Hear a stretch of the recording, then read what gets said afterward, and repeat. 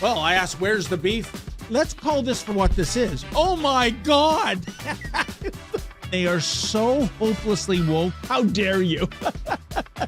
That is the intellectual capital of the left today. Give me a break. You are now watching the Daily Roundup.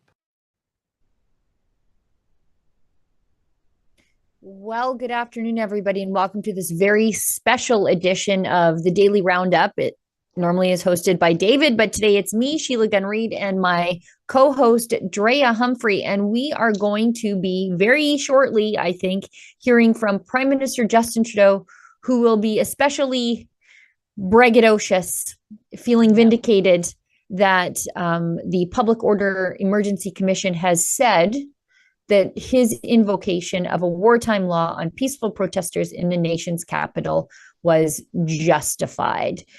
Drea, I'm completely unsurprised. What about you? It's a sad, sad day for Canada, but I share your lack of surprisal over this issue. And it's going to be painful to watch him and his arrogance sort of go through that. But we have to do it. We have to report and make sure everybody knows. And hopefully the people that did watch our in-depth coverage on the commission every single day know what really happened. Well, and there's another way. You don't have to watch 6 weeks of testimony. Kian Simone watched it for us. And he put together a documentary called Trudeau on Trial. If you go to trudeauontrial.com, you can find it there. If you are a subscriber to our paywalled content, you can already see it. Some of the pieces of it are starting to come out for free on YouTube. We had an incredible in-person showing last night, sold out in Calgary at Canyon Meadows Cinemas.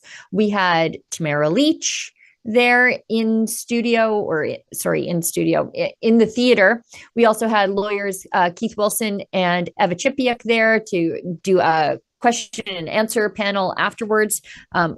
Just a phenomenal movie and exactly the thing that Justice Paul Rouleau would love Canadians to just evaporate from their collective consciousness, because what he said today was completely incompatible with what I know that I saw. I watched everyday testimony. I think Canadians did too. A lot of people watched it digested for them through the eyeballs of the CBC. But if you actually looked for yourself, you could not come to the conclusion that Justice Paul Rouleau came to today. By the way, I'll just backtrack a little. We have 2 more showings of that documentary and in-person showings.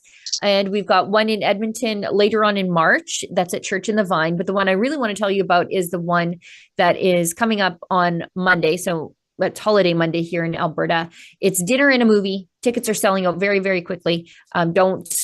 Don't delay, because when you finally make up your mind to get a ticket, they'll be gone. They always are. It's Dinner at a Movie at one of our favorite places, Buffet Royale. They hosted our book signing that was protested by the Chinese consulate.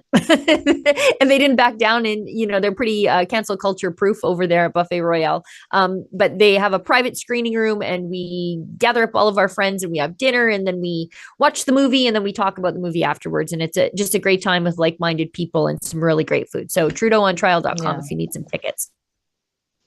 Yeah, that's going to be and you'll need to digest through it that way. Then you can vent together, it's true. Right?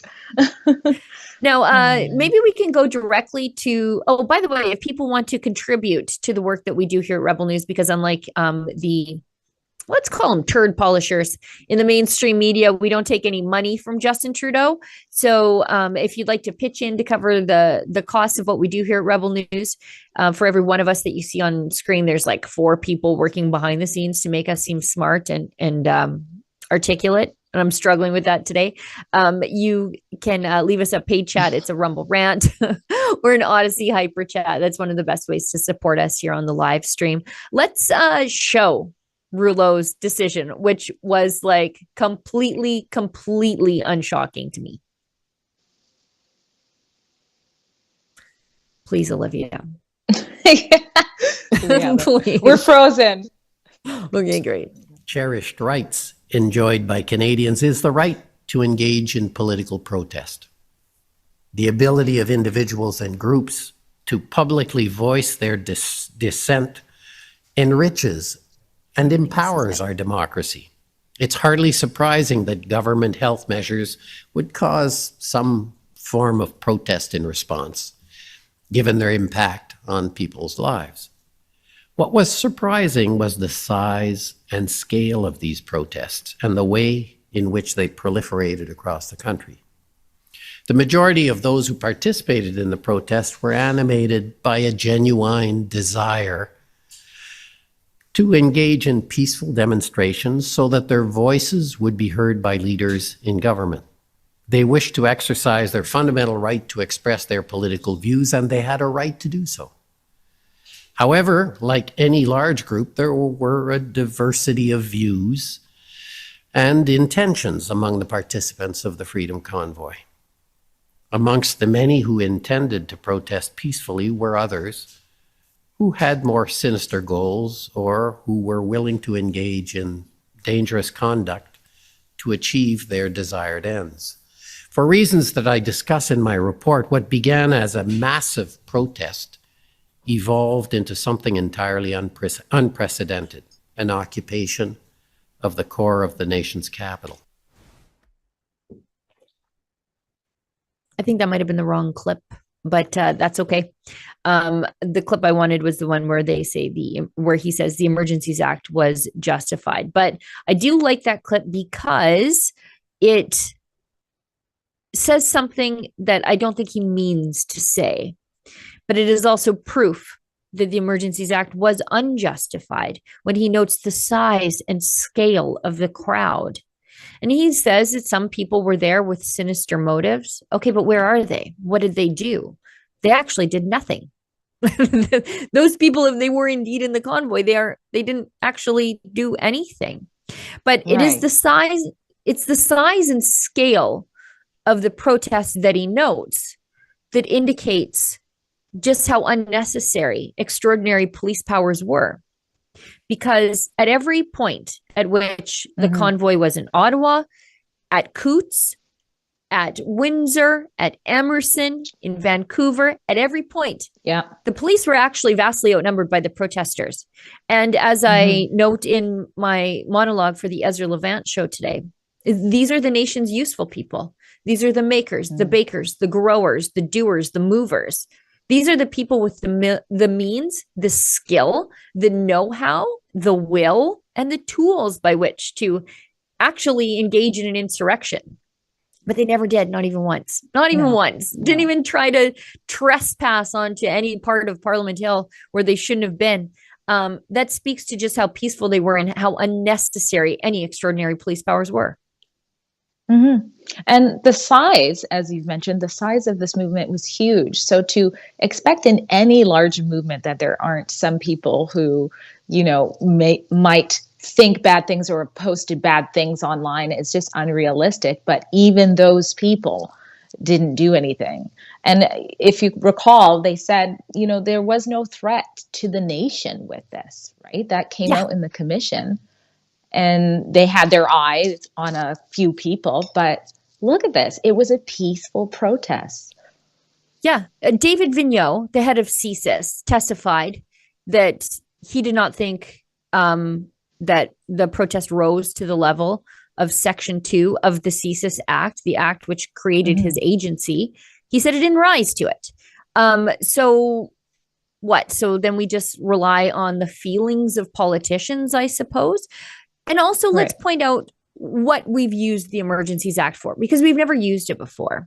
But since it's been created, we have had 9/11, where we closed the airspace in Canada, where we didn't know who was on board a flight to where to do what. We didn't invoke it then. We had major municipalities here in Alberta burn. 1/3 of Fort McMurray just burned. Gone. Very important city in this country, just burned. Floods in Calgary, years apart. Slave Lake, the town burned, was overtaken by fire. Trudeau's live, I'll be quiet. Floods in BC. Oh, here we go.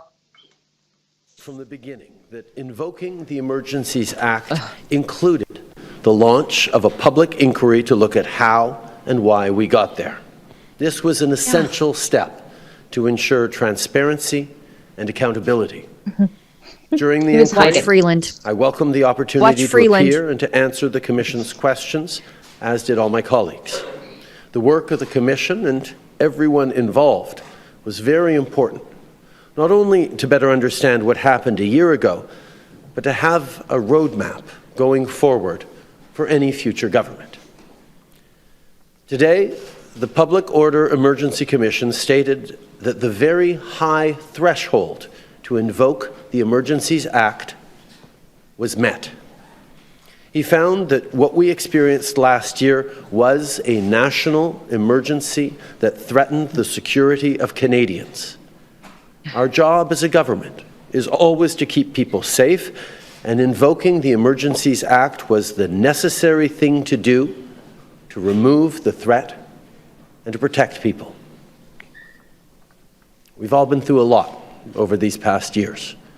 Canadians have been stressed, faced real financial challenges, and lost loved ones. Many people came to Ottawa because they were hurting and wanted to be heard.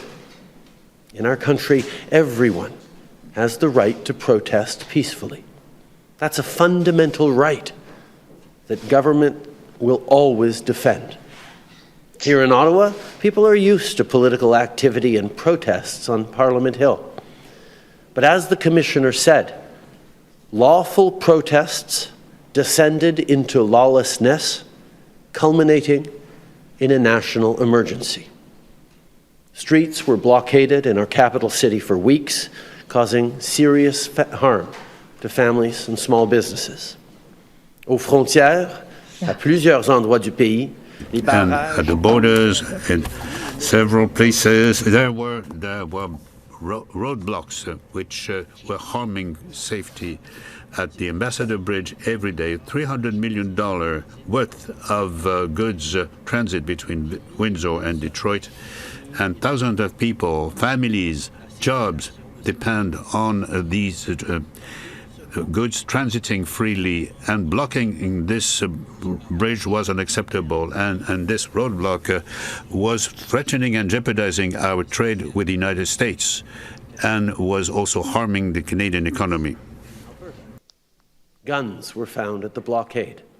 There was a real risk that people promoting ideologically motivated violent extremism could act out, or that they could inspire others to act out against their fellow citizens. The situation was volatile and out of control. The Emergencies Act provided us with more tools to safely bring the illegal blockades and occupations to an end. Let's be clear. We didn't want to have to invoke the Emergencies Act. It's a measure of last resort.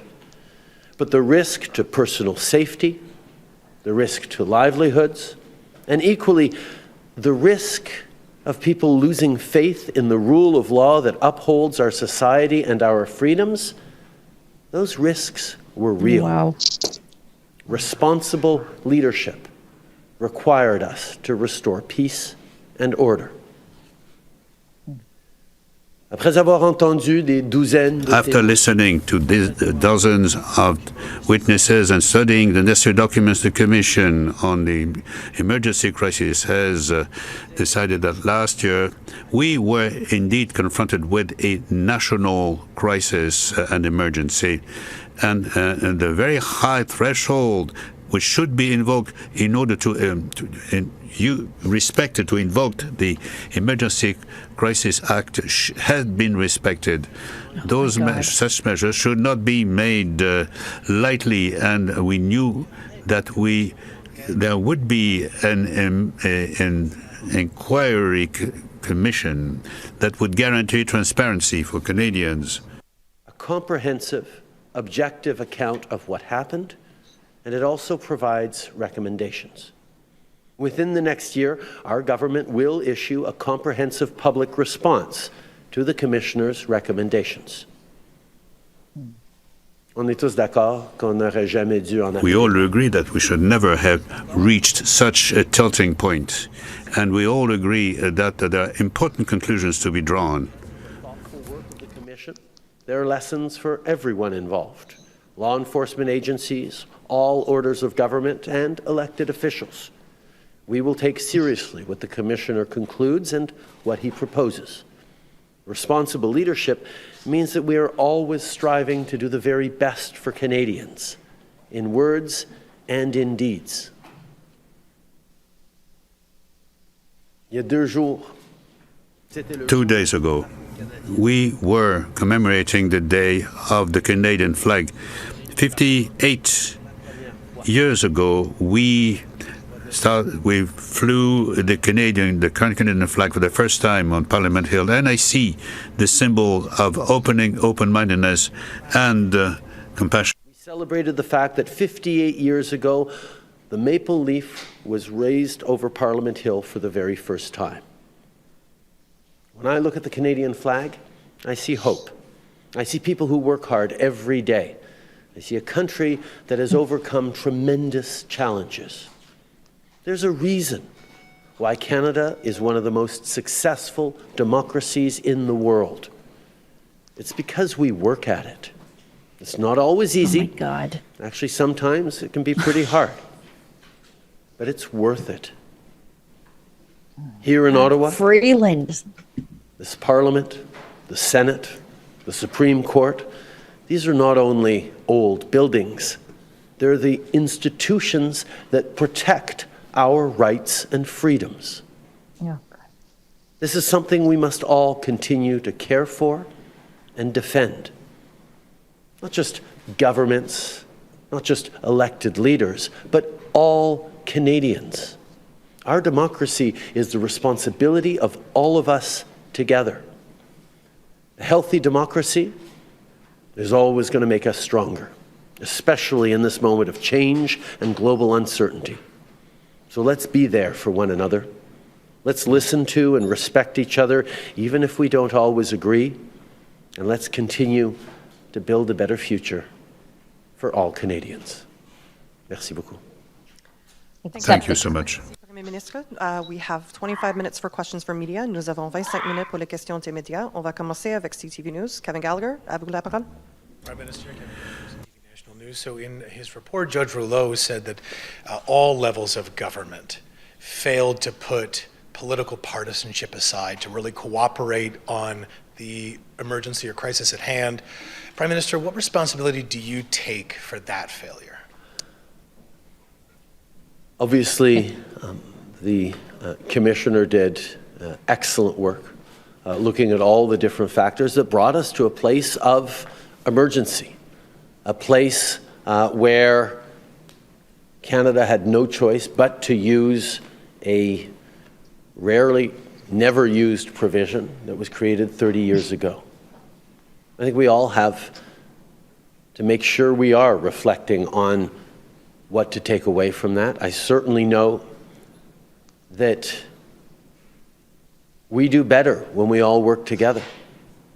Through the pandemic, different orders of government worked together extremely well to keep Canadians safe. That helped Canadians.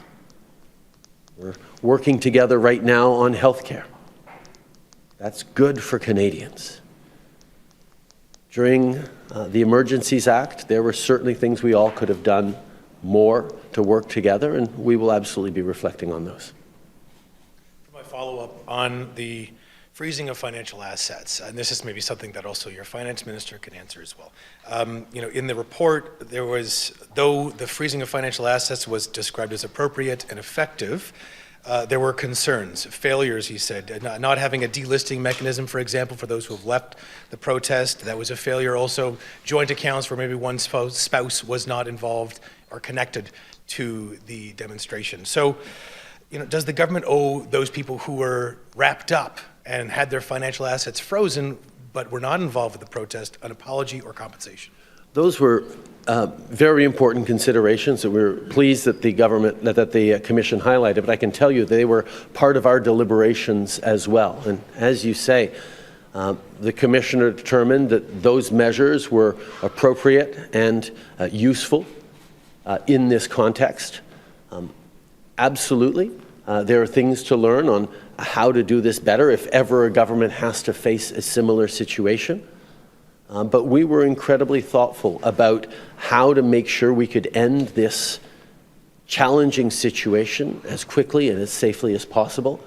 And that's where the Commissioner coming out and saying that this was appropriate and effective is a good thing, not just for the government, but for Canadians' confidence that our institutions are able to handle difficult situations. I'm happy to turn to the Deputy Prime Minister.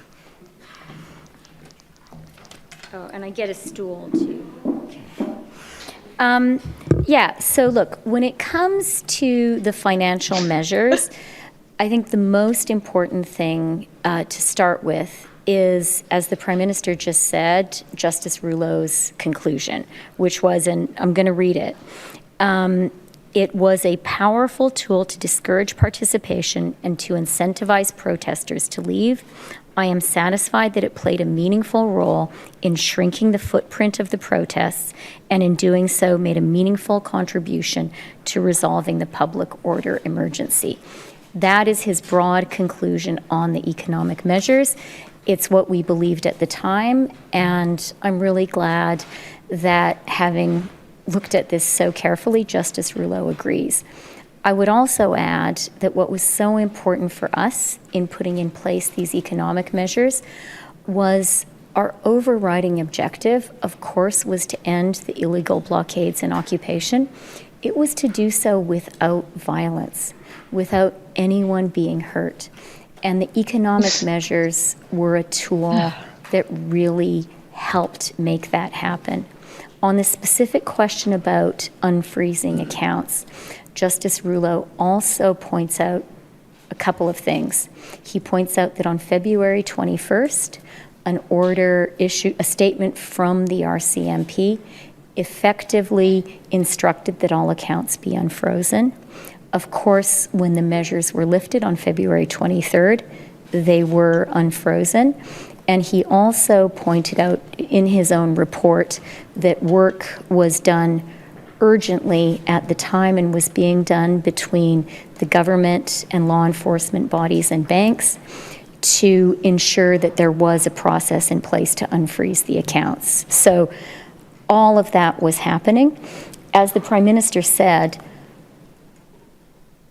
in the very horrible event that this ever has to happen again, for sure, there are some lessons for us. Thank you. Next question, Ryan Tumulty. Yeah, Prime Minister Ryan Tumulty, National Post. The Commissioner said that your government was justified in invoking the Act, but it also says that invoking the Act should have been avoided. He's quite clear on that front, and that he says it was a failure of federalism as well as a failure of policing. I'm wondering if you think that more should have been done, that you should have gotten involved earlier to avoid having to invoke the Act.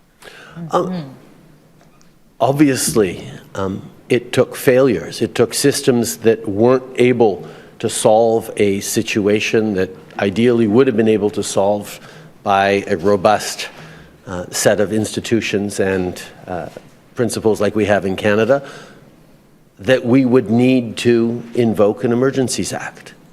It is unfortunate. It was undesirable. We didn't want to do it. But we'd gotten to a place where there was no other choice to keep Canadians safe, we felt, than to do this, and that's what we did. And indeed, the Commissioner found that, yes, we met that very high bar. There should be a very high bar for invoking the Emergencies Act, and we hit that. In looking at all the lessons to be learned so that we don't have to hit that high bar again, so that we can deal with situations of emergency, there are many lessons. And obviously, as a federal government, we will continue to do everything we can to work collaboratively across orders of government with partners in the provinces and territories, work with municipalities, and make sure we are able to deal with the challenges that are coming at us. I think there are reflections for other orders of government as well as what they can draw from this commissioner's report, and I certainly recommend all of my fellow First Ministers to read this report carefully. The Commissioner also suggested in his recommendations that the Emergencies Act should be rewritten in some very key areas.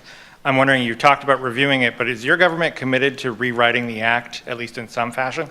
I think we all were very, very aware that this was an act that was written 30 years ago, and I do appreciate that the Commissioner praised quite highly the parliamentarians and the government of the day 30 years ago that put together an act that has a level of accountability and transparency, like having a full public inquiry on invocation of the act. I think it's a credit to the work that those parliamentarians did 30 years ago. But obviously, there are things that need to change in it. The first one, it didn't even occur to us when we were sitting down to meet the premiers that we wouldn't include the territorial premiers. But that's not written into the act, that you have to include the premiers of the territories. Obviously, that should be included in the act. Also, 30 years ago, the understanding of the need for partnership and consultation with Indigenous peoples wasn't as strong. We did some consultation and engagement with Indigenous peoples, but it should be formalized, and we probably should have done more as well. So these are things that absolutely we look to improving as we move forward, as we look at the Act. But we will take the proper time to analyze these recommendations. We know the Commissioner and his team put a lot of work into formulating these recommendations, and we're going to take them very seriously and look at them very carefully before we make too many pronouncements on the changes that we look forward to making with all parliamentarians. Next question, Globe and Mail. Steve Chase with the Globe and Mail. Good afternoon. I would like to change the subject for a minute to the 2021 elections. As reported in the Globe and Mail today, CSIS has evidence that the Chinese government interfered in the 2021 elections.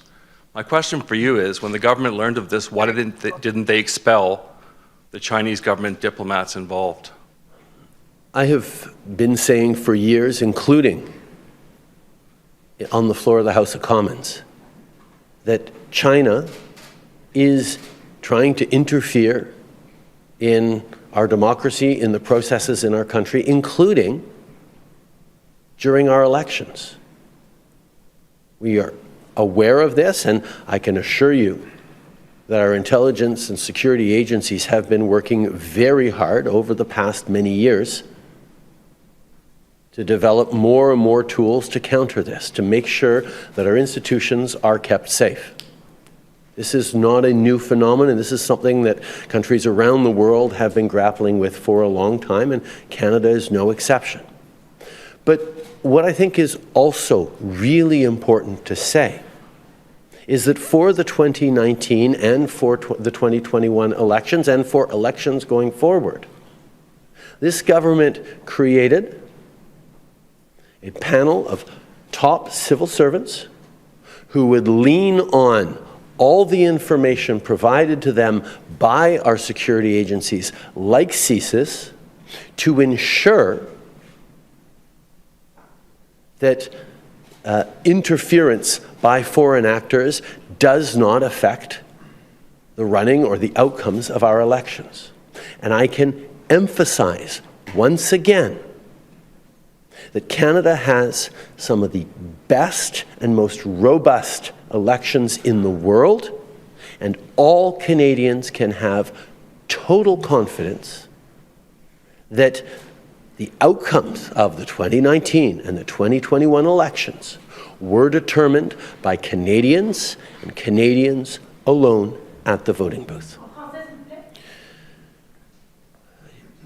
Je l'ai dit bien souvent au cours des I have often said in the past few years that China, among other countries, is attempting to interfere in our democratic process, in Canada's processes and communities, including our elections. We have been aware of this for years. in Canada and in the rest of the world. This is why our security and intelligence agencies are working extremely hard to counter that influence. They do that regularly, especially when it comes to elections. Now, for the 2019 and 2021 elections, and for all elections to come, this government has created a panel of senior officials to monitor the integrity of our elections, to be informed and updated by our security and intelligence agencies like CSIS, to ensure that election processes maintain their integrity. This is why I want to once again reassure Canadians that we have one of the most robust election systems in the world, with full integrity for our elections, and I can tell you unequivocally that the results of the 2019 and 2021 elections were the results voted on by Canadian voters alone. We reported on today, they talk about, for instance, the Consul General in Vancouver bragging about how they defeated two Conservative MPs. There are countless examples in there of Chinese state interference. Why did this task force you're talking about not tell Canada anything about this? And what happened to your foreign registry? We have, like I said, known for a long time that China and others engage in foreign interference in Canada, including during our elections. And certainly, the fact that a Chinese diplomat would try to take credit for things that would happen is not something that is unseen in diplomatic circles around the world. The fact is that the work that CSIS has done, including with our election integrity panel, headed up by our top public servants, will always ensure that any risks to our election or to the integrity of those elections get highlighted to Canadians. Next question. You're very reassuring on the results of elections, Mr. Trudeau. But what are you saying? What do you have to say about the fact that people at CSIS are leaking secret documents? Isn't there some discomfort within those agencies regarding China? It's certainly a sign that security within CSIS needs to be reviewed, and I'm expecting CSIS to take the issue very seriously. Coming back to Commissioner Rouleau's report, he says that there was a failure of federalism. Do you agree with that? Yep. Throughout the process, we saw that there were times when the provinces could have done things differently and worked more cooperatively with the federal governments. There were times when the federal government could have been a better partner to the provinces as well. Yeah. I believe that there are lessons to be learned for all of us from that report. We will certainly reflect on what we could have and can do better. But I will point out that together we managed to put an end to a situation jeopardizing the security of Canadians in such a way as to protect Canadians' fundamental rights and freedoms. We managed to deal with the situation quickly with temporary, limited and reasonable measures. The in-depth inquiry, transparency and accountability that the Rouleau Commission and Commissioner Rouleau brought to the process can serve to reassure Canadians that even when times become difficult, our institutions, our democracy worked and was able to deal with an exceptional situation, an emergency. Next question. Do you have any regrets about calling Ottawa protesters a fringe minority? Yeah. Good question. I wish I had said that differently. Yes. Ooh. I think, as I look back on that and as I've reflected on it over the past months, not just freshly from this commissioner's report, I wish I had phrased it differently. The fact is, there is a very small number of people in this country who deliberately spread misinformation and disinformation that led to Canadians' deaths, that led to excessive hardship in people who believed them. I continue to be very, very firm against those individuals. But that is a small subset of people who were just hurting and worried and wanting to be heard. And as much as I tried to emphasize throughout the time that, of course, we're always going to stand up for freedom of speech and freedom to protest peacefully. Of course. I wish I hadn't What a said something gaslighter this guy that is. was able to be spread larger. If I had chosen my words a bit careful, a bit more specific, I think things might have been a bit easier. That's believable if he didn't regrette, say it like 20 times in different ways. Yes, I do regret That's not the having only chosen thing he my said. words. Yeah, he said the same thing like 20 times in 20 different ways in 20 different interviews. All he did was call anybody who stood up to him names for several months. And so now he says that one thing that he said is regrettable. I would even cut the guy some slack because he is an idiot and completely inarticulate. If it weren't an ongoing pattern of behavior, this is not a one-of. This is exactly how Justin Trudeau thinks about the working class that don't come under his thumb in this country. Not only that, he just dismissed the large size by saying that they were duped by this small fringe that he was referring to. Everybody else was just duped and they have no brains. They're just stupid. They're just stupid. Yeah. They're easily misled. Yeah. Anxieties and frustrations of many Canadians, legitimate certainly for them, in order to manipulate them and jeopardize their health, their safety, and their well-being. And I do not withdraw what I said about that small group, but I do regret that my comments on that small group might have been depicted as an attack on protesters, generally people who wanted to exercise their freedom of speech. That is not what I intended. I could have and should have chosen my words more carefully. The government will deal with the recommendations within the year, but one of the recommendations is to have actually a plan in place within the next 6 months of how you're going to deal with the recommendations. Can you at least commit to having a plan in place within the next 6 months? Yes.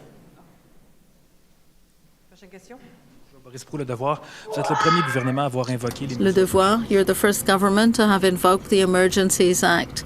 Do you think it will now be easier or more difficult for a future government to do the same?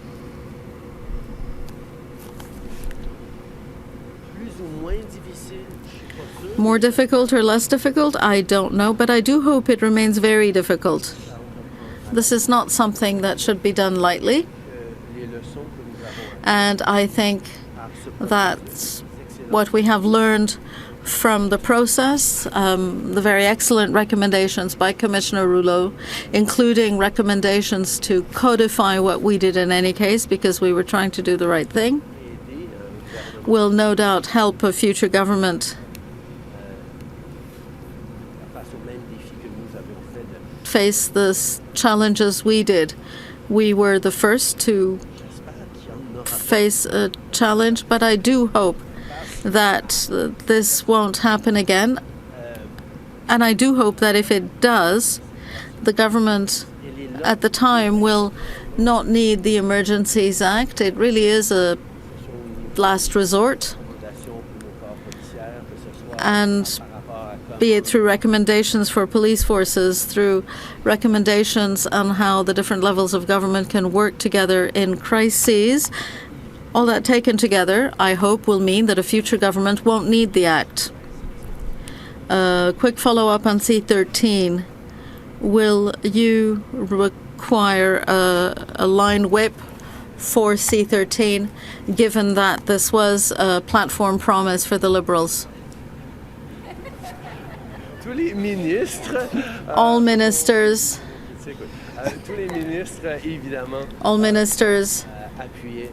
will support C-13 because it is the solution that will make it possible to protect linguistic minorities across Canada. We recognize that we also have responsibility to protect French outside and within Quebec. I also know that some members, like all members, sometimes do, well, like all members do, will want to represent their communities. These are conversations we're in the process of having, but I assure you that C-13 will pass. Valérie Plante, Radio-Canada. In his report, Commissioner Rouleau wrote that during pandemics, we see social agitation, lack of social cohesion, and the result is that people don't behave as well as they should. Authorities should have anticipated that, he said. Do you think you underestimated the anger of Canadians, particularly since it's mandatory vaccinations for truckers that sparked it all? During the pandemic, well, at any time really, but especially during the pandemic, governments needed and need to take decisions that protect the health and safety of Canadians.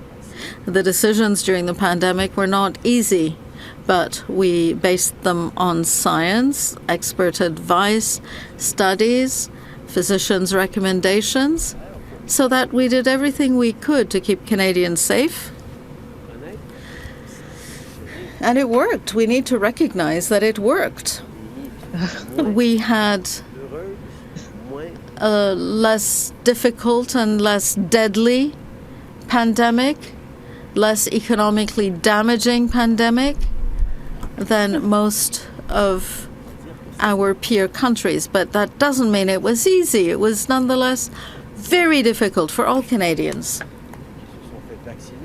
those who were vaccinated and those who weren't.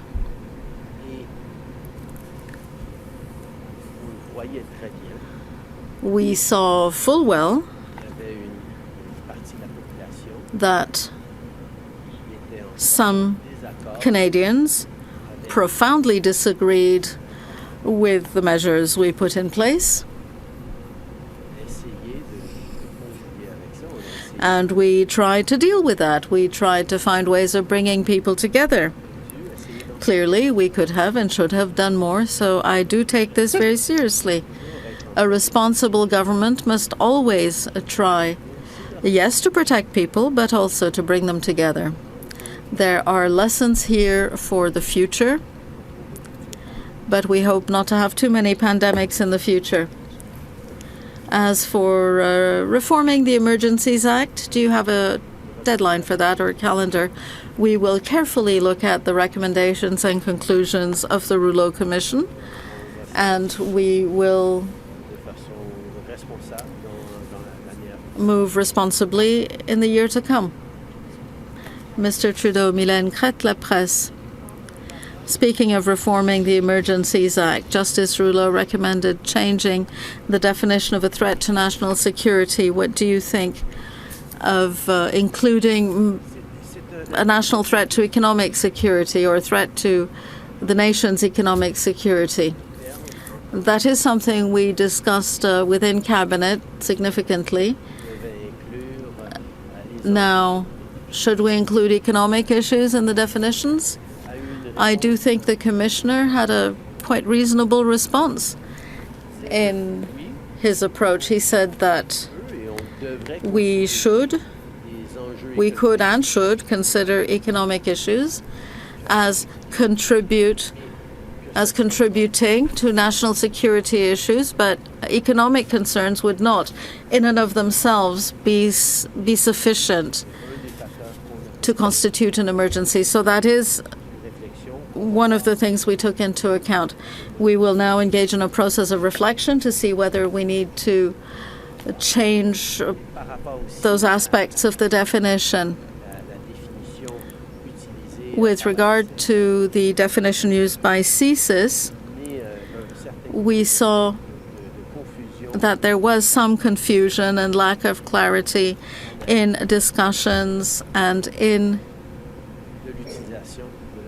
analyses surrounding invocation of the Emergencies Act. I therefore think it's quite reasonable to seek to clarify a definition that does that, so that we don't end up with one definition interpreted two different ways. Do you have a message for people who took part in the Freedom Convoy? That they have and always will have the right to express their views, to express their disagreement with government policy, the approach that any government might take. They were heard. They were heard from the very start. However, as a government, we made a choice, and we chose to use science, data, and the views of experts,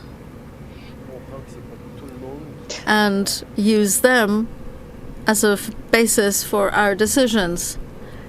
Not everyone may agree, but we do base our decisions on science and data. And I believe that studies by international organizations have shown that over 80% of people were vaccinated. We had measures to help small businesses, families, workers, seniors, young people get through that very difficult period. We see in their analyses that countries who did that had a better outcome than countries that did not put science at the heart of their decision-making. We are a magnificent and diverse country, and our diversity isn't just a diversity of where we come from, it's a diversity of points of views, so we need to listen to one another, and we will continue to do that. I think the first thing I'd say to people who joined these protests, these occupations, is first of all, they will always have a right to be heard, to express themselves, to protest peacefully things they disagree with. And they have been heard. They've expressed very clearly their views, their perspectives, and their hurt. At the same time, however, we are a government that is grounded in science and data and expert advice, and we followed the advice of public health officers and medical professionals to keep Canadians safe during a pandemic. That include encouraging through every means we could people to get vaccinated. And that worked. We had a better pandemic than many of our peer countries, with fewer deaths, with lower levels of economic disruption, with greater social cohesion than many other places. And we will continue to listen to all voices across this wonderfully diverse country that isn't just diverse geographically or culturally or in origins, but also in perspectives. But listening to each other goes in both directions. We hear their skepticism around science. They need to also hear our belief in science. These are conversations that we need to have. Not to say, of course, that everyone who chose not to get vaccinated doesn't believe in science. Of course not.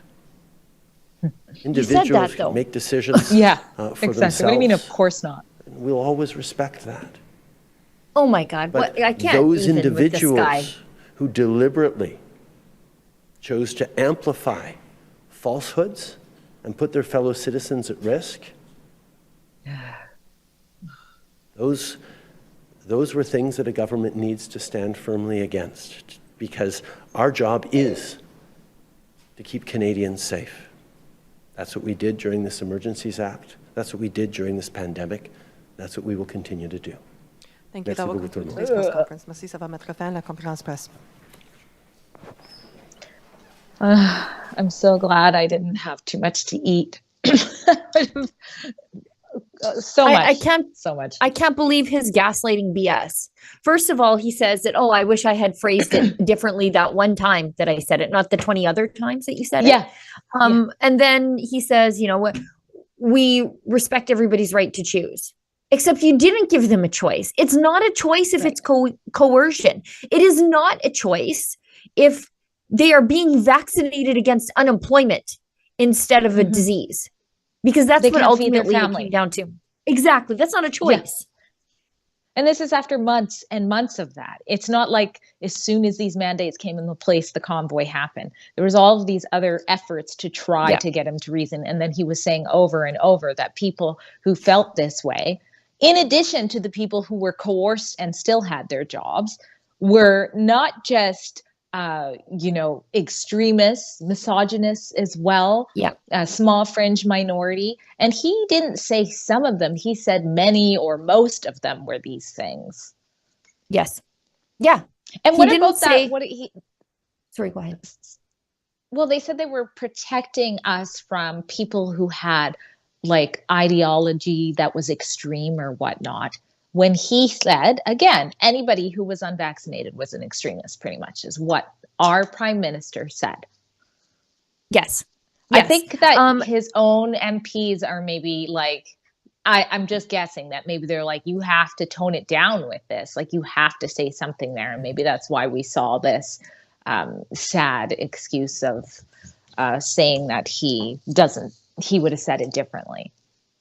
There were points at which he said, where he was raging against people, like where he was visibly angry with people. So this is not just like, I said it clumsily. Ooh, forgive me. I'm just a dumb drama teacher. Again, I say I would probably cut him that slack, but he said it like 20 times. He also said we didn't want to invoke the Emergencies Act. I know. That was laughable. It reminded me of like a wife beater where he's like, I didn't want to punch you in the face, but you didn't listen to me the first time. That was immediately my response there, because they did want to. We saw the documents in the Public Order Emergency Commission. It was like the first thing they thought about was like, do we get to use it on them now?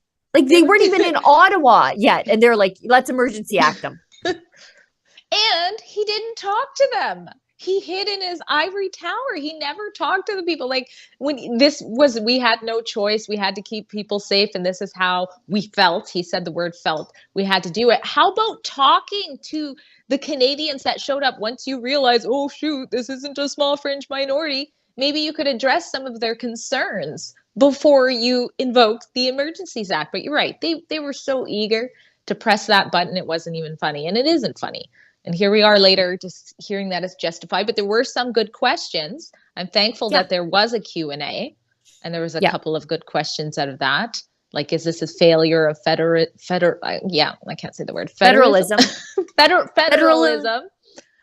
As an Albertan, I would suggest yes, because it showed us how little we actually need the federal government, because the blockades were over in Alberta when they called the Emergencies Act, and they wouldn't help us, even if in whatever way that our provincial government asked for it.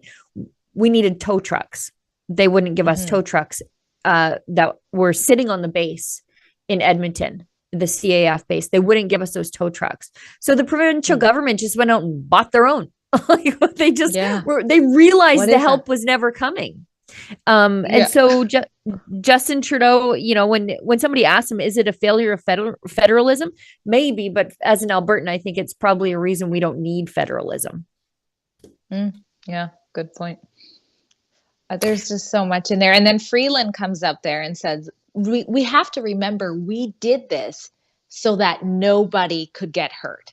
It's like, no, that's how people got hurt. You literally hurt people by invoking that. You trampled people. Our very own Alexa Laveau got shot with that. So like, they're just, for people who haven't watched the other side of the story, they're probably just eating these phrases up. Like, oh yeah, it was extremists. They were going to hurt us and nobody got hurt.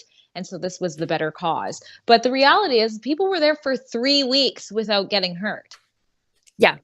Only when the Emergencies Act got invoked did people start to get hurt, and that violence was coming from the government side. The part that really I find chilling, and I mentioned this in my monologue today because I'm filling in for Ezra on the Ezra Levant show, is the fourth recommendation of the commissioner, and that is to reform the law. We've only ever used this law one time in 30 years. And we didn't even use it when a terror cell was running amok in Toronto in the early 2000s, plotting bombing attacks. We didn't use it then. But the one time they did use it, he wants to reform the law. To what? Yeah. To obviously make it even more vague and easy to use, because the law is actually very specific. They're pretending like it's vague for some reason, but the law is very specific and it has to rise to Section 2 of the CSIS Act. It didn't. But they're all pretending like, well, you know, it could be this, could be that. No, there's none of that in the law. So when they say reform the law, they mean to make it more gray areas, a little bit more fringe around the edges, so that you can basically whip this thing out whenever you want, whenever you're embarrassing Justin Trudeau on the international scale. I think that's what's going to happen here.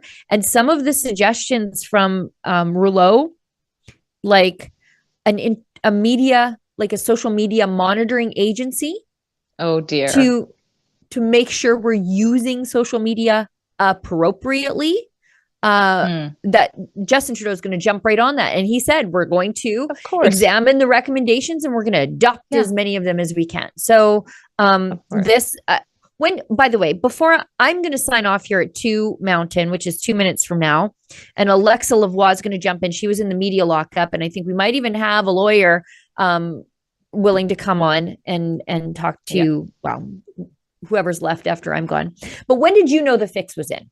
Because I'll tell you when I knew the fix was in. I thought Rouleau might be fair in the beginning, but it was when I was in Ottawa. That way. Yeah. I knew the fix was in when I was in Ottawa, and I watched the lawyers that I was sitting behind groan as they were getting documents relating to the witness they were currently examining. They were only getting the disclosure as the witness was testifying after they've had like 9 months and a delay and entire government ministries dedicated to information disclosure. They were only getting these documents as they were examining the witness. And when the lawyers complained, they couldn't even get Justice Rouleau to say, that's unfair. Can't do that. He wouldn't even issue a ruling. He threw out a lawyer who wanted a ruling. It's not just 1 or 2 documents too. It's a ton of stuff that they have to go through. I think something that stood out to me a lot was when they said that, didn't they say that there were some areas that would be discussed away from the lawyers? Like they wouldn't even have information. They said it was for our own national security that they couldn't hear, but it's like, well, what was discussed behind closed doors by Trudeau and everything like that? So that was a big one for me. Yeah. Same for me. Just it felt at times when I was watching the commission that Rouleau was losing control of what was happening, and that the lawyers didn't respect him, because how could they? How could they? I mean, it was so obvious that the government was playing games with the evidentiary process, and they were completely getting away with it. And that was his job as the commissioner, was to make sure that that stuff didn't happen. So that's when I knew, no, this isn't fair. It's not going to be fair. And none of this matters because we are going to come to a certain conclusion.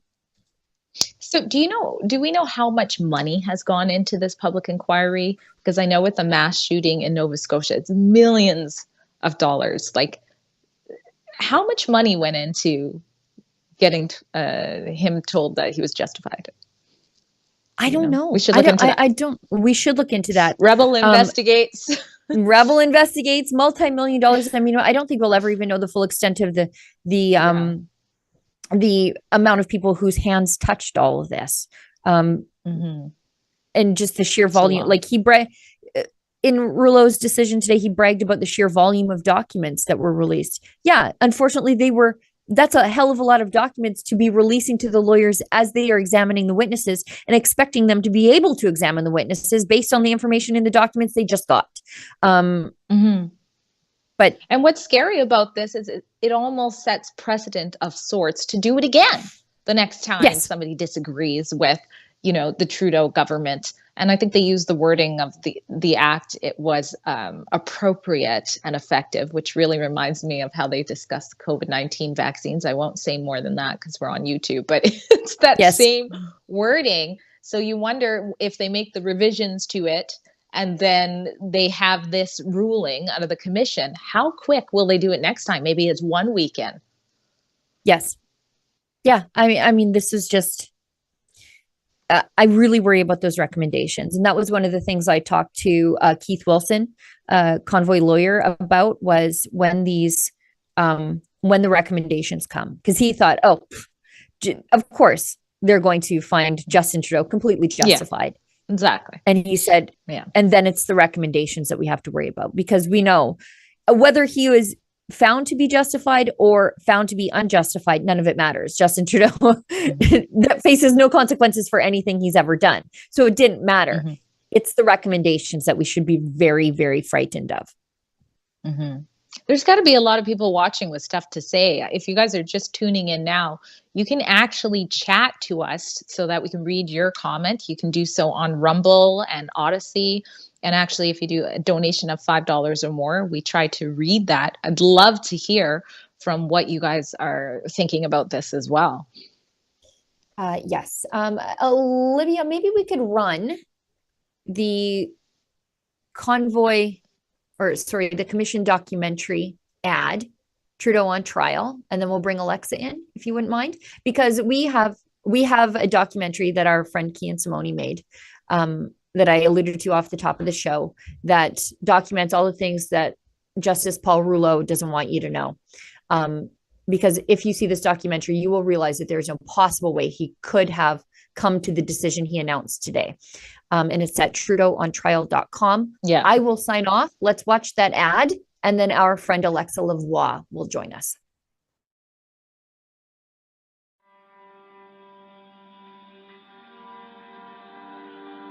I am speaking to you at a moment of grave crisis, when violent and fanatical men are attempting to destroy the unity and the freedom of Canada. But after weeks of dangerous and unlawful activities, after weeks of people being harassed in their neighborhoods and small businesses forced to close, as democracy flourishes in Canada, we don't always agree, and that's okay. Because individual liberty is cherished in Canada.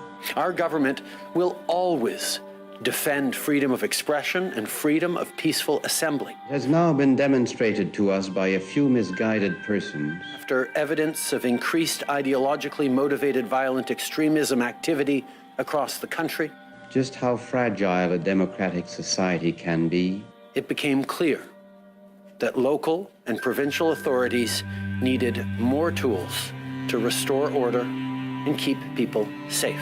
These are matters of the utmost gravity, and I want to tell you what the government is doing to deal with them. The federal government has invoked the Emergencies Act. The public's legitimate right to know why the government proclaimed an emergency and whether the actions it took where appropriate. It is our view that there was no justification whatsoever to invoke the Emergencies Act. It's so tough to watch. There's no reason for that. They were literally running the horses through the crowd. The police came straight to me and he targeted me and he took his gun of tear gas and he actually shot me directly in my legs. Was it worth invoking the Emergencies Act, ma'am, to trample on the rights and freedoms of Canadians? Why do you think excessive honking means that the government should strip citizens away from their rights? Our next and final witness is Prime Minister Justin Trudeau. Order à l'ordre.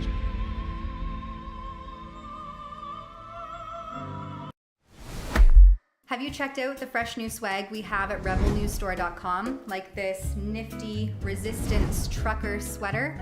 We have warm, cozy sweaters, t-shirts, mugs, hats, phone cases, you name it. Everything to fit your freedom-loving needs or maybe even trigger a liberal family member or friend.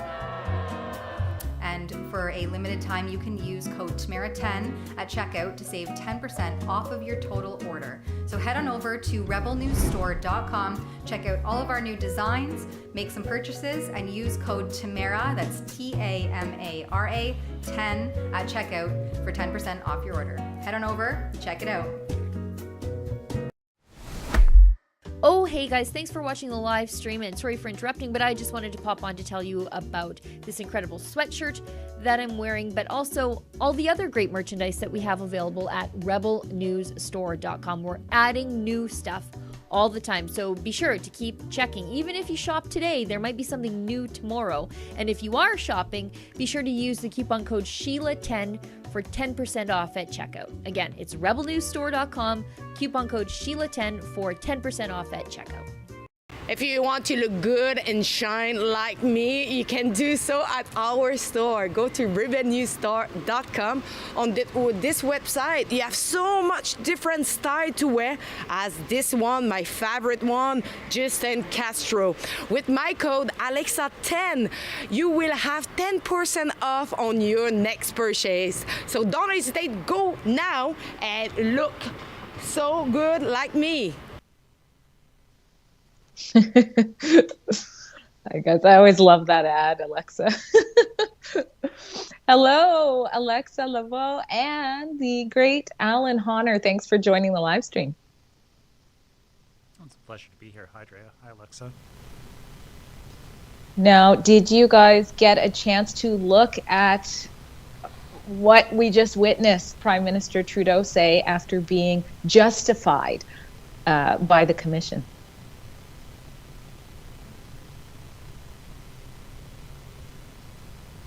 Oh.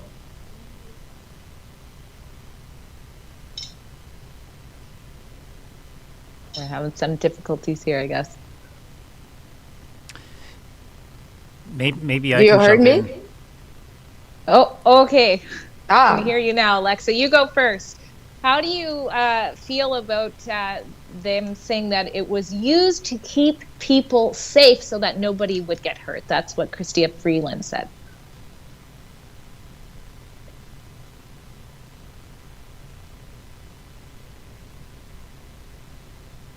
Oh, I don't know. Sorry, guys. Looks like we're having issues. Yeah. Okay, Alan, I'm going to move to you. You were one of the great lawyers. You even got to pose questions to some of the people who were testifying.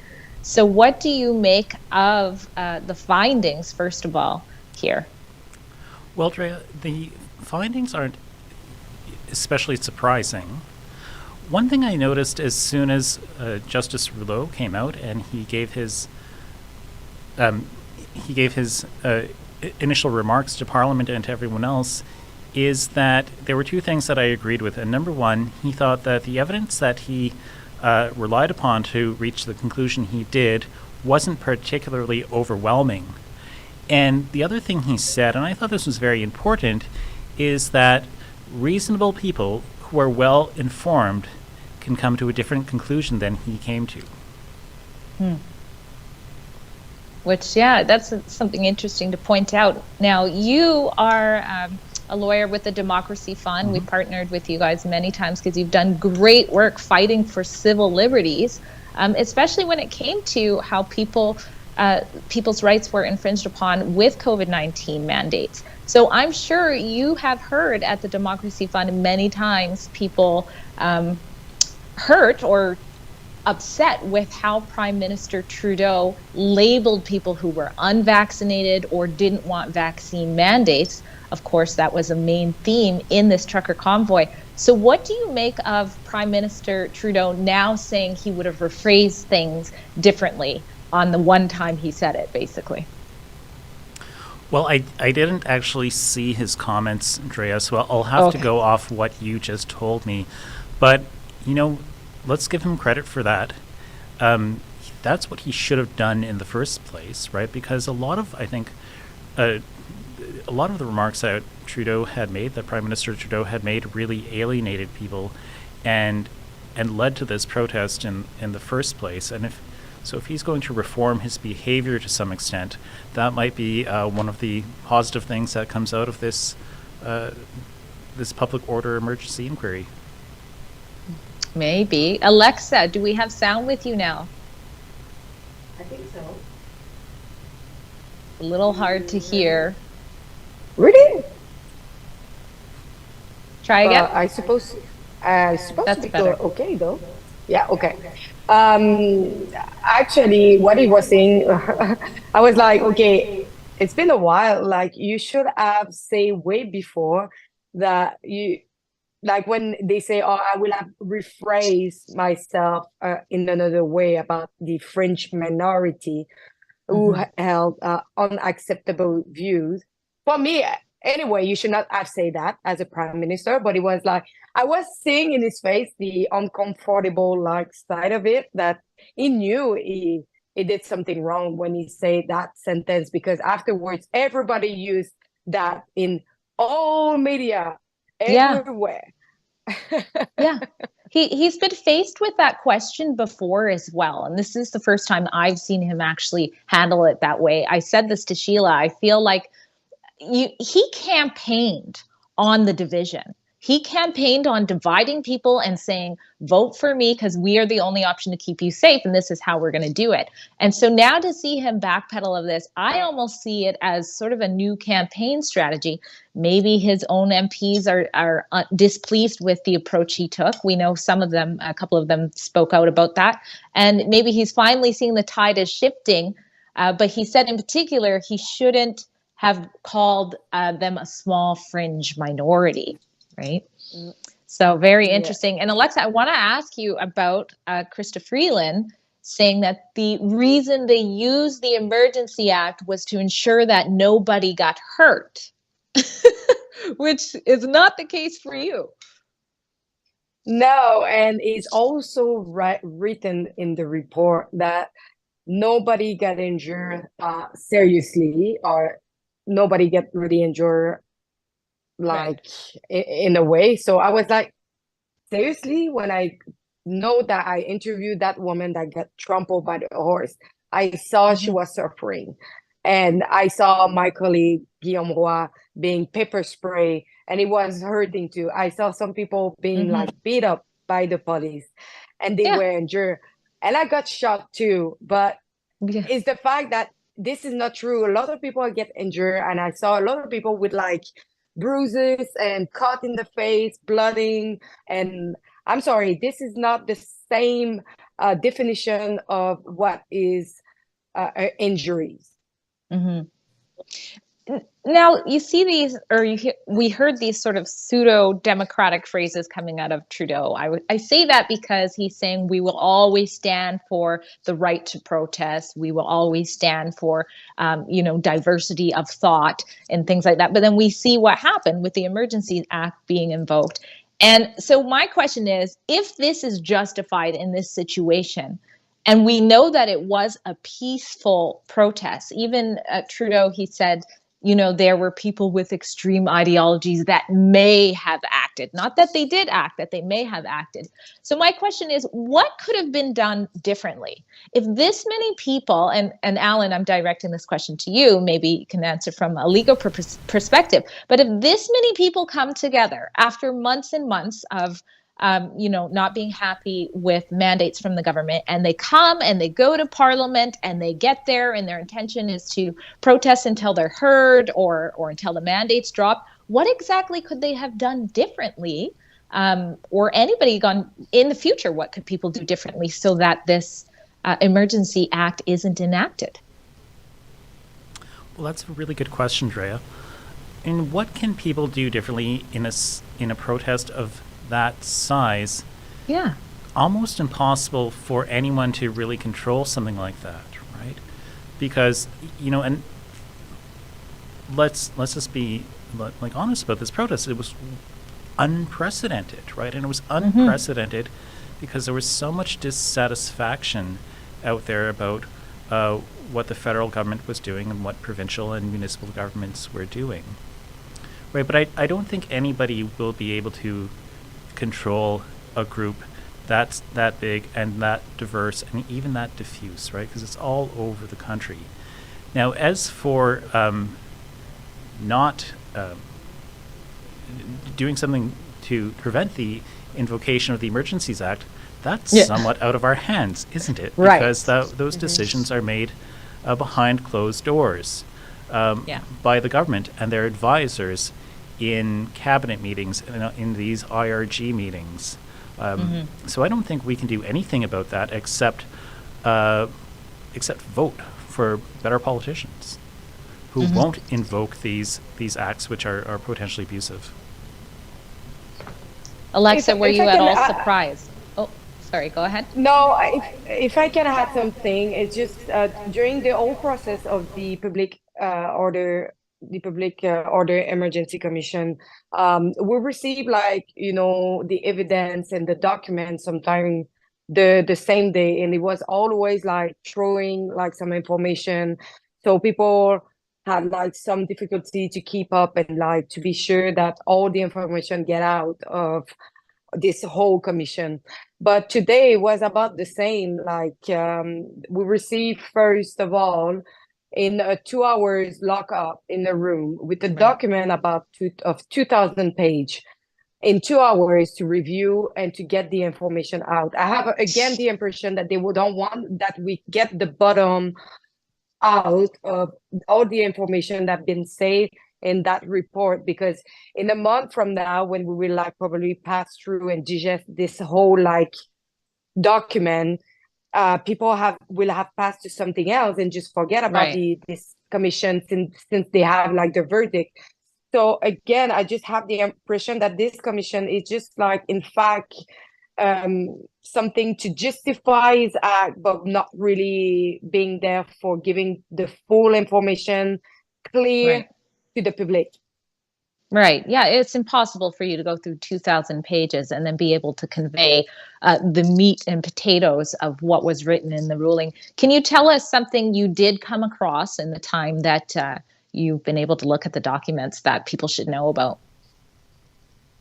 But first of all, they were talking about disinformation and misinformation. They actually say that the news media have contributed to it, and they give the example of the arson, the fire that they were supposed to be related to protester of the convoy, but that finally the police came out and saying that they have no link with the protesters. So that was one of the false information that was spread in media. Also, they were talking about they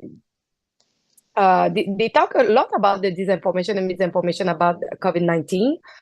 They did talk a lot and repeatedly, they say it about, and that probably did create more pressure and more people involved in this movement. I was okay, it depends on what you're talking about, disinformation and misinformation. We can be more clear at this level. Who is spreading the misinformation in that level? According to whom? They exactly, and they also talk a lot about the miscommunication between all the law enforcement, the government, and institution too. We know that they had a lack of communication. It's why most of their recommendation is giving to improve that communication between the different like institution and police. They also talk about some of the member from group that that joined the movement that was not really related to it, but they joined it as the Farfada from Quebec, but and also Pat King and Romana that actually unfortunately painted badly the whole movement. Same if they are not with all, like they don't represent all the protesters. So some part I'm actually in totally disagree, as he say that he doesn't believe at all the Hendon report on what they say about the violence that was present. The Hendon report say that there were not no violence and no nothing to report on illegal action. And he say I disagree with the violence because he heard some testimony about having violence in the convoy. So it's his own interpretation, we will say, and I have the impression that he's taking really aside on when we really look at all the recommendation in his opinion on the whole report. Now, Alan, did you get a chance to look at the recommendations that were made for the next time or even possible revisions to the Act? And what did you think of them? Thanks for asking. I haven't had a lot of time to read over the Act, but I did go through the recommendations briefly, and the one recommendation that really stuck out for me was that the Commissioner suggested that the reference to threats to the security of Canada should be removed from the definition of a public order emergency. And I think the effect of that is that it makes a public order emergency a little bit easier to invoke. Right? Yeah. And so that's something that I would actually respectfully disagree with the Commissioner about. I think that's an important part of the Emergencies Act. It's an important part of the definition of a public order emergency, and maybe we can beef it up a little bit, maybe we can clarify it a little bit, but I don't think we should get rid of it entirely, because that's really what was most contentious at the public order emergency inquiry, right? It was this debate over whether or not there were threats to the security of Canada, specifically in terms of threats of violence, of serious violence to persons or property. You know, you're right, and it would make it way more easier. I mean, the bar would be quite low after that. Alexa, did you want to comment on that? Yes, because I read all the recommendation myself, and as I say, yes, this is true. They try to make the Emergencies Act more available, more easy to use. But also, I didn't really like the recommendation 53 that actually talk about the government to fight against disinformation and misinformation on social media, and to try to stop all this like in propaganda online. So that just give me more power to the government to put more law in place to control all what we saw online. And to circle back with Prime Minister, and I know you guys might not have seen this yet, but he says that he would have rephrased the small fringe minority, and that really that language was sort of meant to just a small amount of people within the group who had been spreading misinformation and disinformation. And he even said are linked to more deaths. So he's accusing this sort of cabal of the trucker movement as killing people. And on the flip side of that, he's saying that all these people that came together are just dumb idiots that followed those people's misinformation. What do you make of that?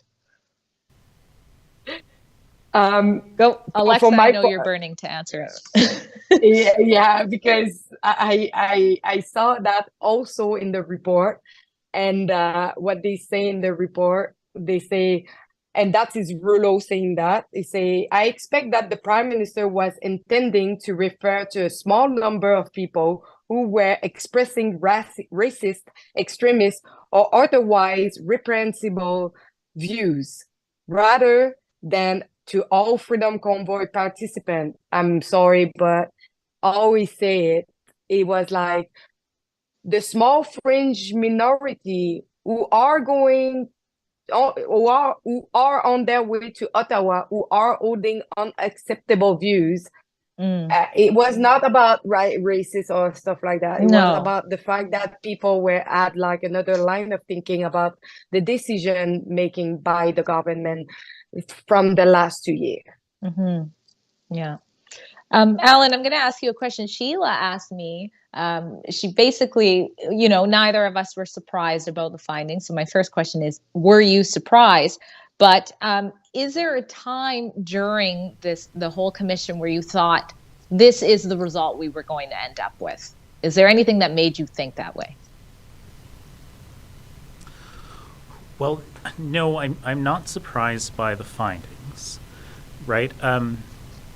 And I don't think there was any point in time when I thought, oh, that's it. The commissioner is going to rule in this way. I always sort of suspected that this would be the case. And part of the reason for this, Drea, is because the terms are not very precise, right? And this actually comes out in the report a bit. When you look at the words,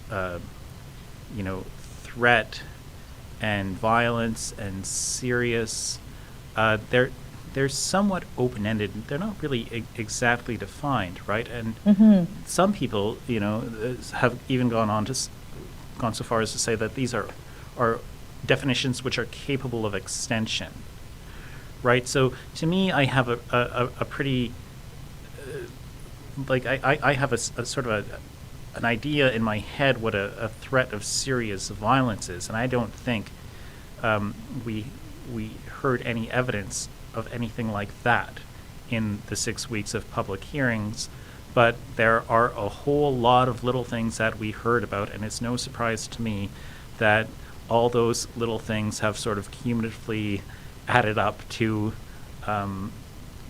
what was really, I think, essentially missing from the evidence.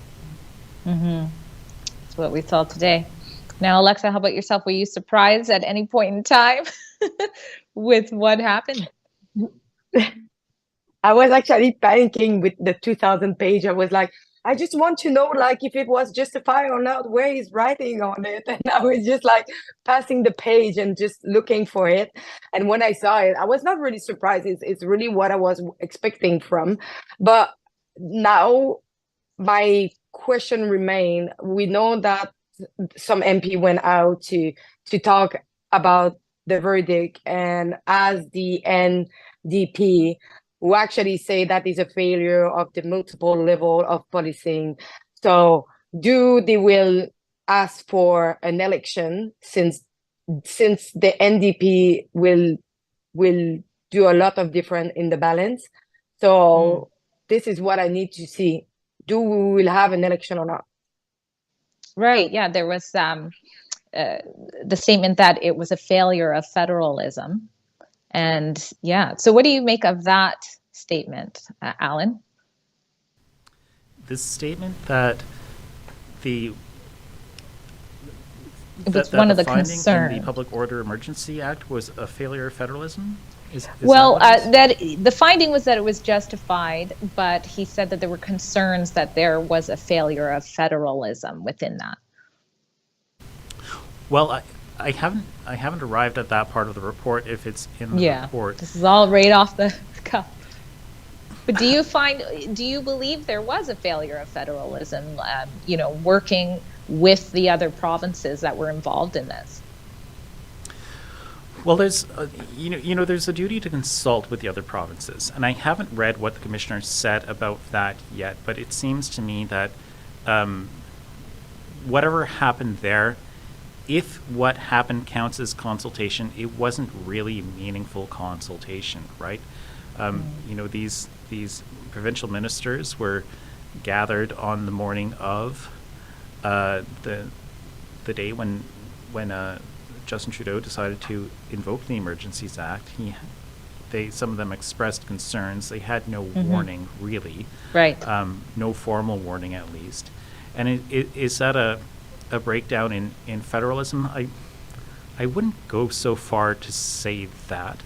You know, I'd say that it's just an example of the act not working out like it was supposed to work out. But I think, you know, generally federalism is a good thing for people who don't like who don't like tyranny, right? Because it divides powers between different governments, right? So one person or one government is not in charge of everything. And that's one of the traditional justifications for federalism. I think that's still in place. It's not a federalism problem, it's a problem with politicians. One of the questions that were asked in the question and answer period time was whether or not Prime Minister Trudeau believed he owed an apology to some of the people that got caught up in the bank seizures. So not necessarily for everyone who had their bank account seized, but some, maybe it was a joint account with a spouse or something like that. He made no apology, kind of danced around it and said, you know, we might learn things in the future. But what is your opinions on no apology to basically the people who couldn't even pay their bills, some of them? Yeah, well, I think, you know, number one, he should apologize to people who had their accounts frozen. Even if he was justified in doing that, there should have been some way for these people to get their accounts unfrozen. Right. Right. It should have been, and for people who were completely innocent, and I think you're referring to those people when you say people had who held joint bank accounts with somebody who might have been at the protest area.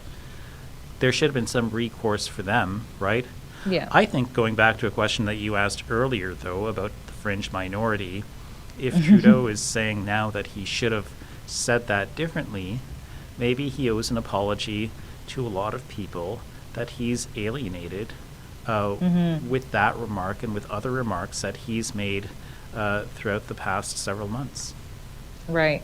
And he said, I wish I would have worded it differently, but still no apology. So, yeah. But well, is there at the any... same time, I was just going to say, in the same time, the conclusion of the Rouleau report actually say that he didn't have his conclusion. He have no existence of fault, and that was his conclusion for the financial and for an institution, because he said that, first of all, his mandate was not necessary for his mandate to find the fault, first of all.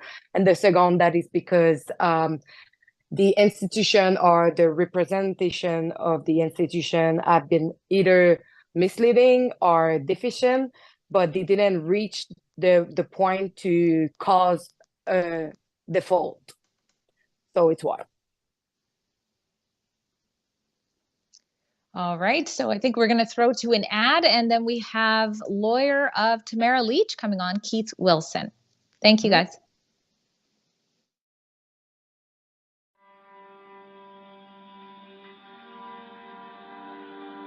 I am speaking to you at a moment of grave crisis, when violent and fanatical men are attempting to destroy the unity and the freedom of Canada. But after weeks of dangerous and unlawful activities, after weeks of people being harassed in their neighborhoods and small businesses forced to close, as democracy flourishes in Canada, we don't always agree, and that's okay. Because individual liberty is cherished in Canada.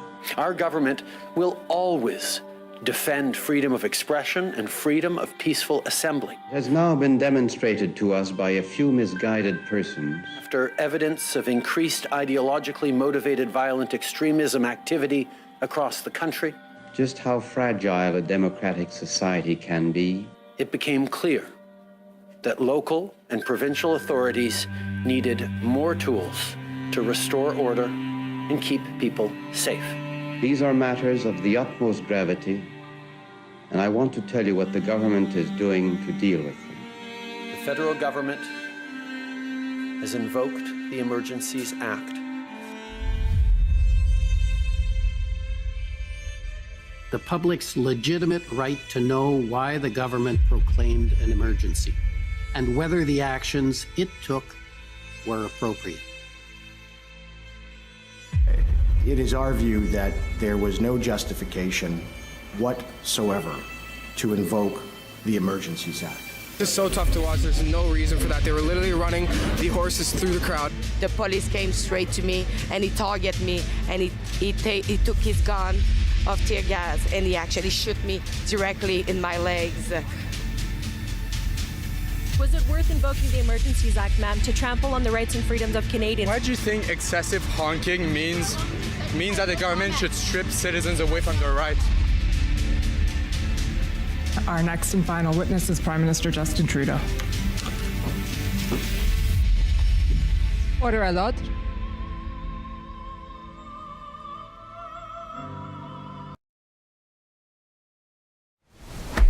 Have you checked out the fresh new swag we have at rebelnewsstore.com? Like this nifty resistance trucker sweater. We have warm, cozy sweaters, t-shirts, mugs, hats, phone cases, you name it. Everything to fit your freedom-loving needs or maybe even trigger a liberal family member or friend.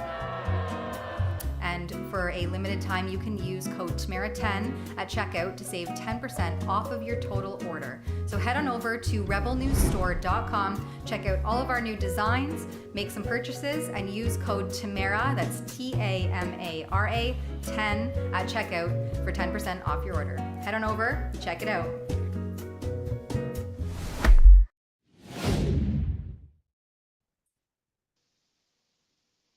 Well, hello, Keith Wilson. Thanks for joining us. You represented some of the convoy organizers, most notably Tamara Leach. What do you make of the findings? Well, I'm in Calgary right now, and the hotel that we're at for an event here, I'm with Tamara and a number of the other road captains and Freedom Convoy leaders. And when we reviewed the findings, I had come out of another room and came into the room where Tamara and others were, and it was like coming into a room when you learned a family member had died. A lot of sadness and yeah, it's a sad day for Canada, really, much like when the Emergencies Act was invoked. It's almost reliving that again and experiencing it. So I definitely feel for that room, but I feel for it myself here as a Canadian. Did you get a chance to hear some of the comments that Prime Minister Trudeau said? And if so, what stuck out to you the most? Well, I did, but I'd like to first share with you what Tamara and others please do. Want to know. And that is, this is a dark day for Canada. And the reason it's a dark day for Canada is anybody who was observing the events in Ottawa during the protests know that there is no way any thinking person can say that they came to the same scale of national emergency that World War I, World War II, and the FLQ crisis from the 1970s did, where there was bombings, kidnapping of diplomats, and murders. So what's happened here is Justice Rouleau has affirmed and blessed and given the green light to future governments to use this unrestrained power to override Canadians' rights and freedoms, to seize their property without warrant or process, to freeze their business bank accounts, to freeze their personal bank accounts.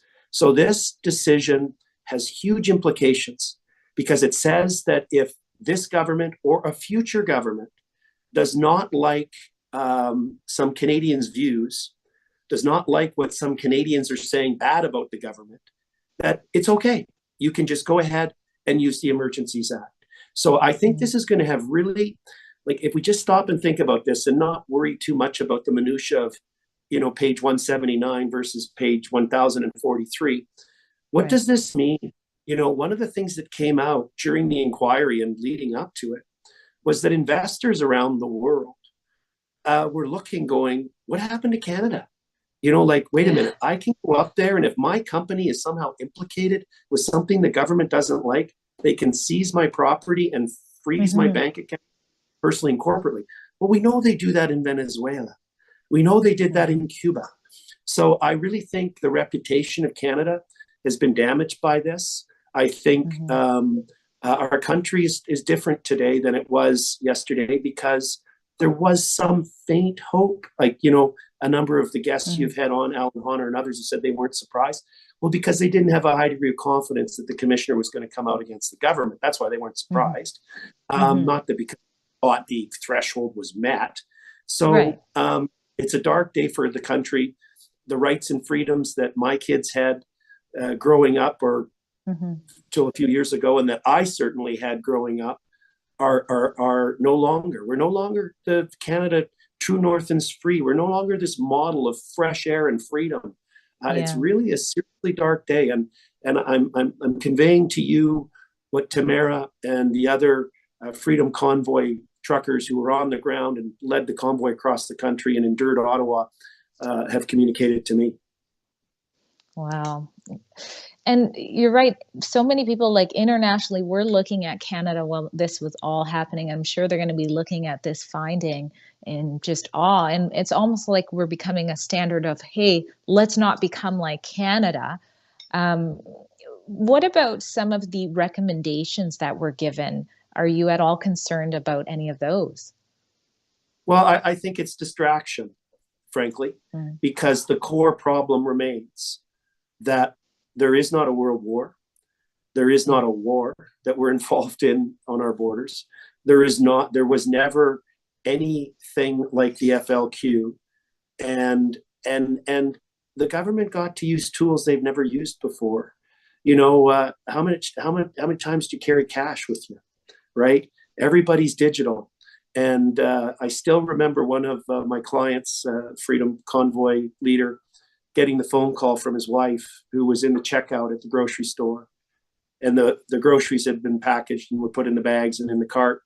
And there's a lineup, and she goes to use the first credit card and it doesn't work. And, people are getting impatient. Oh, what's wrong with this person? And then she uses the next one and it doesn't work. And then she uses the debit card and it doesn't work. And then she has to leave in embarrassment without the groceries with her kids. That's the power here, guys. And not companies that couldn't make payroll because their business accounts were closed. So there was comments again about Canada becoming a banana republic, appeared in some of the notes from one of the cabinet ministers, that where a foreign official or an investment leader was critical of the government's rash actions of freezing bank accounts. And this decision today, greenlighting the government to use these powers whenever it doesn't like what Canadians are saying about it, I think really does move us into that banana republic category. But I do have some thoughts on, I think, what we can do going forward that I'd like to share if you're interested. Yes, please do.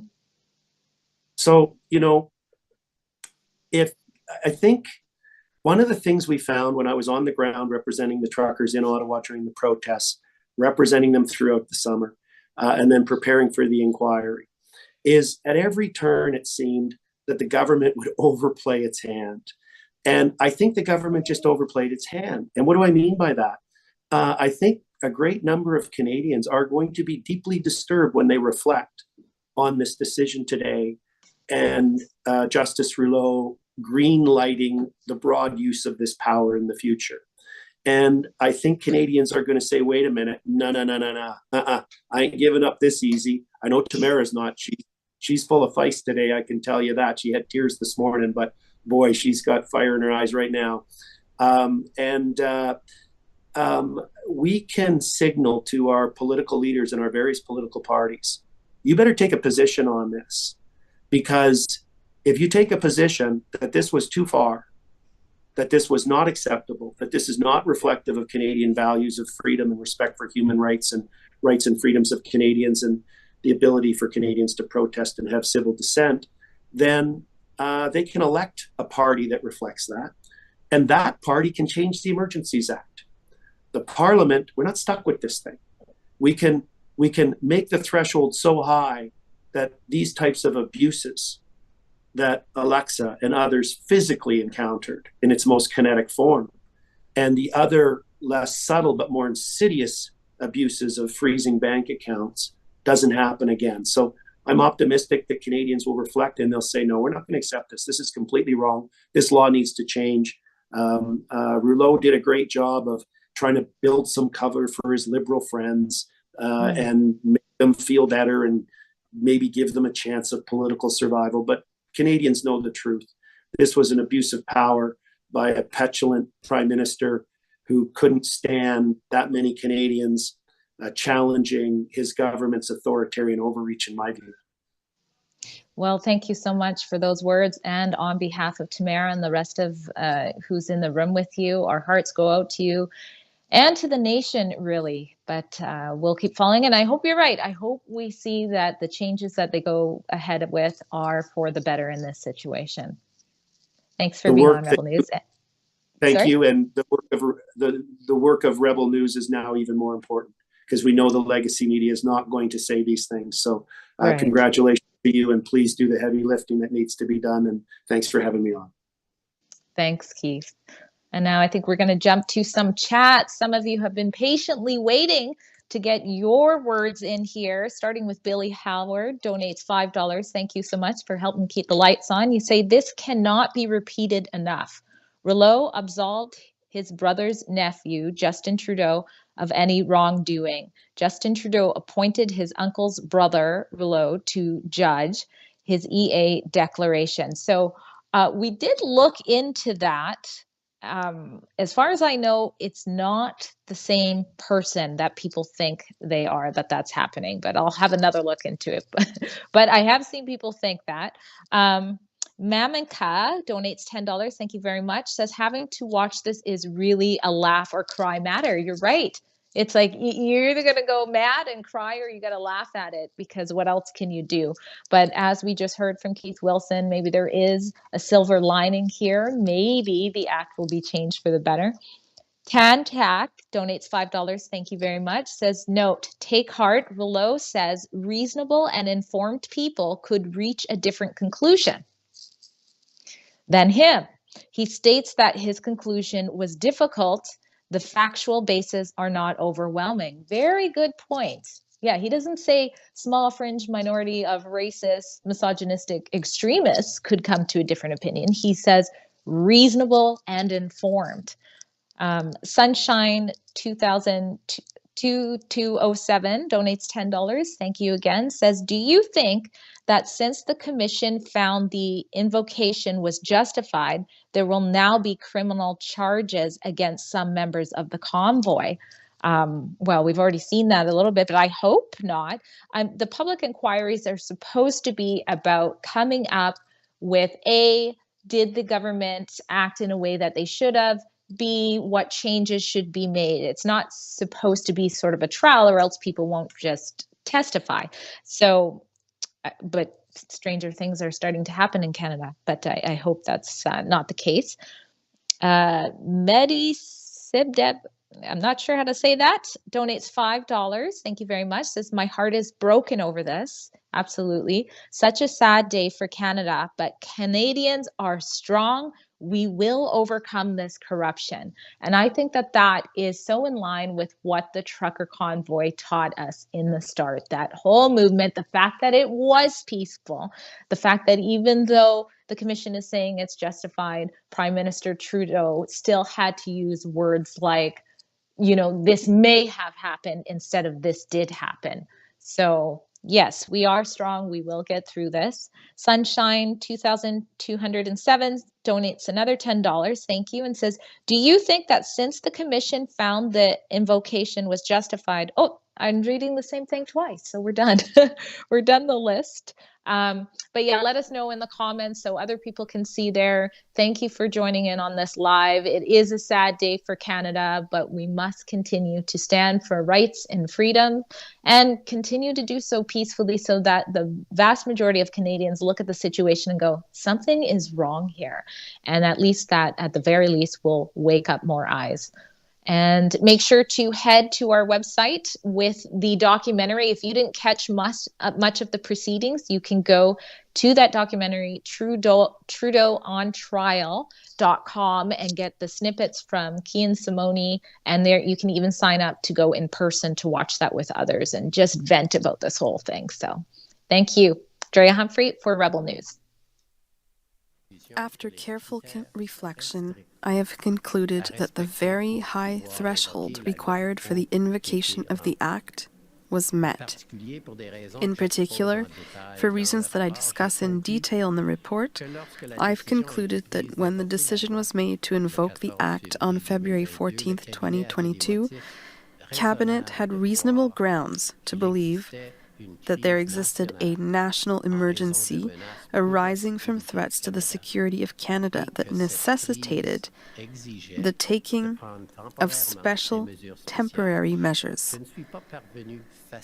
I do not come to this conclusion easily, as I do not consider the factual basis for it to be overwhelming. Reasonable and informed people could reach a different conclusion than the one I've arrived at. After careful reflection, I have